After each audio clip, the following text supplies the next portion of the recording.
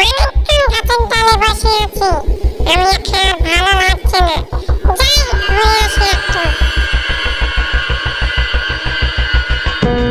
আজ বাজার থেকে আমি ভালোই মাছগুলো কিনেছি। আজ আমাকে গিন্নি খুব ভালোই বাসবে। যাক,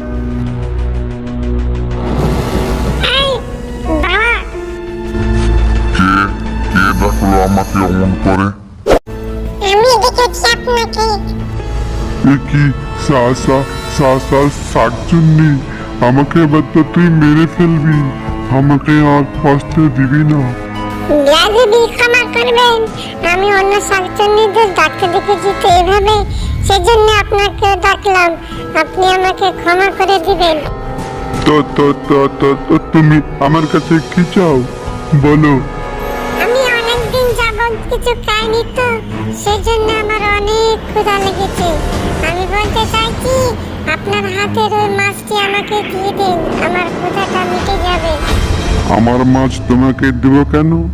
আমি বুঝতে পেরেছি শাকচুন্নিরা এভাবে কারো কাছে কিছু চায় না। তুমি আমাকে দেখে ভয় পেয়েছো। সরো, আমার রাস্তা থেকে সরো। আমার বাড়ি যাওয়ার দেরি হয়ে যাচ্ছে। আমি এখন বাড়ি যাব। সরো। একটা কষ্ট থেকে বেরিয়ে আসলাম, দেখছি আবার সামনে বিপদ। মাছটা একটু না হলে আমাকে দিয়ে যান, নইলে আমার খুব কষ্ট হবে। কি এই নতুন শাকচুন্নির এখানে নতুন আমদানি হয়েছে মনে হয়। এ তো দেখছি আমাদের ব্রাদারের পুরো দুর্নাম করে ছেড়ে দেবে, মান সম্মান চলে যাবে। আমাকে কিছু একটা করতে হবে। এ কি, আমার ঘাড়ে মনে হচ্ছে কিছু পড়লো।